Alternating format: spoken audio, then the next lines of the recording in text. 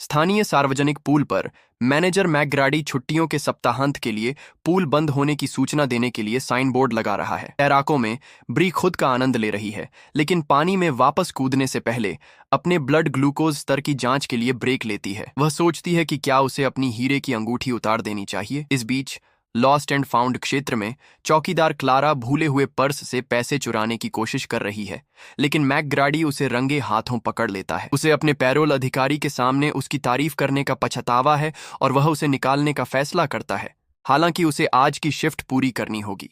Parking lot में ब्री की बहन जोना अपनी कार में बैठी सोच रही है कि अंदर जाए या नहीं। बहुत सोचने के बाद वह अपना फोन ग्लव बॉक्स में रखती है और अपनी बहन के साथ शामिल हो जाती है। जोना, जो हाल ही में रिहैब में थी, ने ब्री के साथ ज्यादा समय नहीं बिताया है, इसीलिए ब्री खुश है कि वे फिर से एक साथ तैर सकते हैं। शुरू में जोना अपने खराब घरेलू हालात और पूल के आसपास बच्चों के बड़ों को परेशान करने की वजह से खराब मूड में है, लेकिन ब्री उसे मनाती है कि वह सब छोड़कर मजे करे। दोपहर का बाकी समय बहनों के लिए अच्छा गुजरता है, जो पूल में अपने समय का आनंद लेती हैं, जब तक कि मैकग्राडी उन्हें जाने के लिए नहीं कहता। जब जोना बताती है कि पूल को 7-11 बजे तक खुला रहना चाहिए, मैकग्राडी बताता है कि वे छुट्टियों के सप्ताहांत के लिए जल्दी बंद कर रहे हैं और उसे पढ़ना सीखने की याद दिलाता है।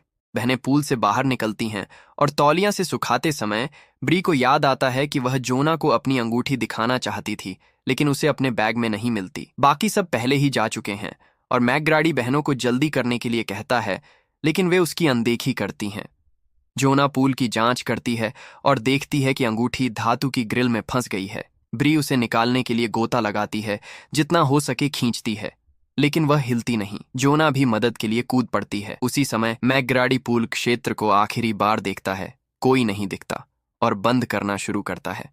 बहनें अभी भी अंगूठी के साथ जूझ रही हैं, तब विचलित हो जाती हैं जब जोना के बाल ग्रिल में फंस जाते हैं। वे इसे सुलझाने पर ध्यान देती हैं और फाइबरग्लास ढक्कन के धीरे धीरे पूल को ढकने का ध्यान नहीं देती। जब तक वे ऊपर तैरती हैं, तब तक बहुत देर हो चुकी है, वे फंस चुकी हैं। घबराकर बहनें मदद के लिए चिल्लाती हैं और पूल कवर को मारती हैं, लेकिन मैकग्राडी पहले ही जा चुका है। क्या करना है, इस पर बहस करने के बाद जोना को मितली महसूस होती है और वह घबरा जाती है। उसे यकीन है कि मैकग्राडी ने उन्हें जानबूझकर फंसाया। ब्री उसे शांत करती है और वे पूल के बीच में तैरकर कवर को ऊपर धकेलने की कोशिश करती हैं, लेकिन ठोस फाइबर ग्लास हिलता नहीं। ब्री सुझाव देती है कि सील और किनारों को कमजोर जगहों के लिए जांचा जाए, लेकिन उन्हें कुछ नहीं मिलता सिवाय एक जोड़ी तैराकी ट्रंक के। उन्हें कवर में एक कंडेंसेशन होल मिलता है, लेकिन वह भी नहीं हिलता। ब्री पूल की दीवार में एक छेद से प्लास्टिक कवर को तोड़कर 2 टुकड़े करती है, जिससे एक उपकरण बनता है जिससे कंडेंसेशन होल को काटने की कोशिश की जा सकती है। ब्री काम करती है जबकि जोना शिकायत करती है, जिससे बहस शुरू हो जाती है। जोना को लगता है कि ब्री ने रिहैब के दौरान आगे बढ़ लिया और ब्री जोना पर ईर्ष्या से अंगूठी पूल में फेंकने का आरोप लगाती है। गुस्से में ब्री गोता लगाकर ग्रिल से अंगूठी निकाल लेती है, जबकि जोना काटने का काम संभालती है, लेकिन गलती से अपना हाथ काट लेती है। ब्री सुझाव देती है कि ग्रिल शायद फाइबर ग्लास तोड़ने के लिए काफी भारी हो, लेकिन वह इसे हटाने के लिए पर्याप्त मजबूत नहीं है। जोना मदद करने से इनकार करती है, लेकिन एक और बहस शुरू होने से पहले उन्हें एक आवाज सुनाई देती है। ब्री का फोन बज रहा है, जिसमें उसके मंगेतर डेविड का कॉल है। वह एक संदेश छोड़ता है कि वह कंपनी डिनर की वजह से देर से घर आएगा, यानी बहनें जल्द ही उनकी अनुपस्थिति नोटिस होने की उम्मीद नहीं कर सकती। हताश ब्री फिर से गोता लगाकर ग्रिल हटाने की कोशिश करती है, लेकिन यह काम नहीं करता। घंटों बीत जाते हैं और रात होने पर इमारत की लाइटें बंद हो जाती हैं। ब्री अपने फोन पर डेविड के कॉल सुनती है, जबकि जोना डेविड को नापसंद करने की शिकायत करती है। अचानक जोना देखती है कि ब्री ठीक नहीं लग रही। ब्री बताती है कि जोना के रिहैब में रहने के दौरान उसे डायबिटीज का पता चला था और उसे जल्द ही इंसुलिन शॉट चाहिए, वरना वह डायबिटिक कोमा में जा सकती है। इस बीच क्लारा इमारत में लौटती है, लेकिन अपनी ड्यूटी पूरी करने में ज्यादा मेहनत नहीं कर रही। पूल पर वापस बहनें बारी बारी से छेद काटती हैं। जोना ब्री के हाथ पर जलने के निशान देखती है और पूछती है कि उनके पिता की मृत्यु वाले दिन क्या हुआ था, क्योंकि उसे कुछ याद नहीं। ब्री सवाल टालती है, लेकिन आखिरकार उनके पिता को राक्षस कहती है और बताती है कि वह नशे में घर आया, सिगरेट जलाई और बेहोश हो गया। सिगरेट उसके तकिए पर गिरी, जिससे आग लग गई। वह चीखा नहीं, क्योंकि वह इतना नशे में था कि उसे जलने का एहसास नहीं हुआ। ब्री को उसे जगाने की कोशिश में जलन हुई। क्लारा पूल रूम में प्रवेश करती है।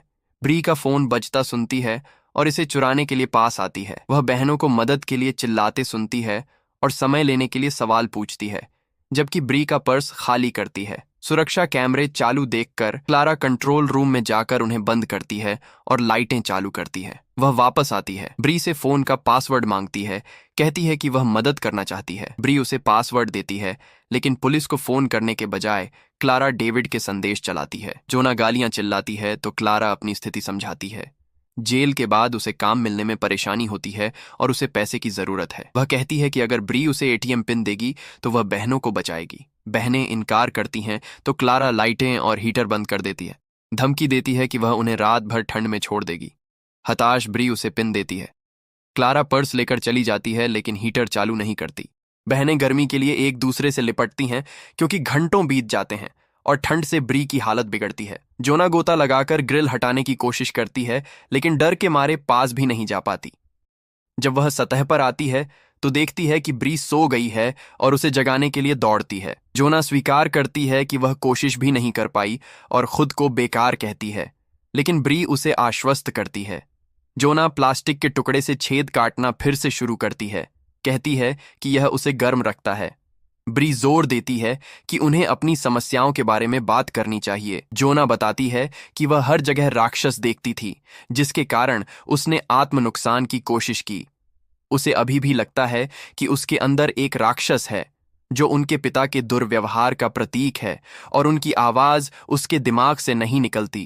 क्लारा लौटती है गुस्से में, क्योंकि ब्री के खाते में केवल $80 हैं। वह चिल्लाती है कि बहनों की समस्याएं खास नहीं हैं और दुनिया उनका कोई एहसान नहीं देती।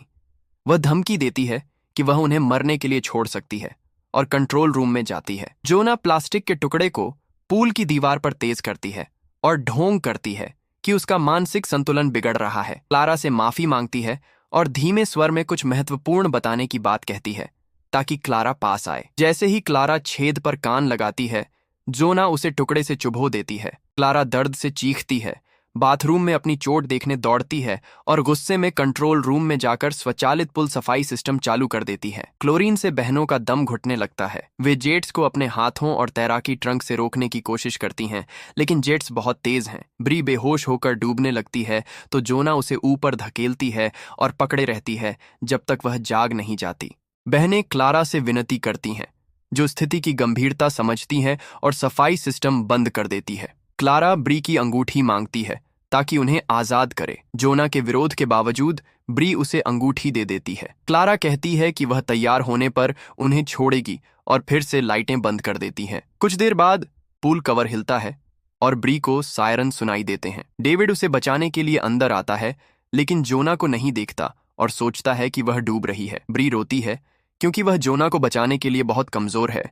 तभी वह जाग जाती है और महसूस करती है कि यह एक सपना था। ब्री जोना की जांच करती है, जो टुकड़े से आत्म नुकसान के बारे में सोच रही है। ब्री उसे ऐसा न करने के लिए मना लेती है, वादा करती है कि वह हमेशा उसके साथ रहेगी। वे एक दूसरे से माफी मांगती हैं और गले लगती हैं। इस बीच क्लारा अंगूठी पहन रही है, जबकि ब्री का फोन डेविड के संदेशों से बज रहा है। आखिरी संदेश कहता है कि वह 911 को कॉल करेगा। क्लारा सौदा खत्म करने के लिए पूल पर लौटती है। बहनें ढोंग करती हैं कि क्लारा सही है और यह सब एक वजह से हुआ। उसे राक्षस कहने के लिए माफी मांगती हैं। क्लारा रो पड़ती है और कंट्रोल रूम में कोड डालने जाती है, लेकिन यह काम नहीं करता। वह बहनों को बुरी खबर देती है, लेकिन पुलिस को फोन करने से इनकार करती है क्योंकि उसे जेल वापस जाने का डर है। क्लारा ब्री का सामान बेंच पर छोड़कर चली जाती है। घंटों बीत जाते हैं और जोना गर्म रहने के लिए तैरती रहती है, जबकि ब्री बहुत कमजोर हो जाती है। चक्कर आने पर ब्री कबूल करती है कि उसे जोना के साथ उनके पिता के दुर्व्यवहार के बारे में पता था और वह इससे घृणा करती थी। आग वाली रात उनके पिता जाग गए थे और हिलने की कोशिश की थी, लेकिन ब्री ने उन्हें पकड़ लिया ताकि वह जलकर मर जाए और वे उसके राक्षसी व्यवहार से मुक्त हो जाएं। प्रभावित होकर जोना ब्री को बाएं पर आराम करने छोड़ती है और ग्रिल पर काम करने के लिए गोता लगाती है। वह तैराकी ट्रंक को ग्रिल के सलाखों पर लपेटती है, जिससे उसे ठीक से खींचने में मदद मिलती है। कई असफल कोशिशों के बाद जोना ग्रिल को हटा लेती है और विजयी होकर सतह पर आती है, केवल यह देखने के लिए कि ब्री बेहोश है। जोना उसे माउथ टू माउथ देती है, जिससे वह जाग जाती है। वह ग्रिल से छेद के पास फाइबर ग्लास कवर को मारती है, जिससे वह टूट जाता है, जिससे एक छोटा सा छेद बन जाता है। जोना छेद को बड़ा करने में चोटिल हो जाती है, लेकिन ब्री को बाहर खींचती है। वह ब्री के बैग से इंसुलिन निकालती है और उसे उसकी टांग में इंजेक्ट करती है। कुछ डरावने पलों के बाद ब्री जाग जाती है। क्लारा लौटती है, बंदूक तानती है, क्योंकि उसे डर है कि बहनें पुलिस को बताएंगी। जोना दिल से कहती है कि ब्री उसकी दुनिया में एकमात्र चीज है जिससे क्लारा बंदूक नीचे करती है और अंगूठी लौटा देती है। जोना ब्री के फोन से पुलिस को फोन करती है और क्लारा को जाने के लिए कहती है। पैरामेडिक्स ब्री की जांच करते हैं, जो स्ट्रेचर पर जागती है। जोना उसे अंगूठी दिखाती है, कहती है कि उन्होंने आखिरकार राक्षस को मार डाला। अधिक ऐसे वीडियो देखने के लिए सब्सक्राइब करें और नोटिफिकेशन चालू करें। देखने के लिए धन्यवाद।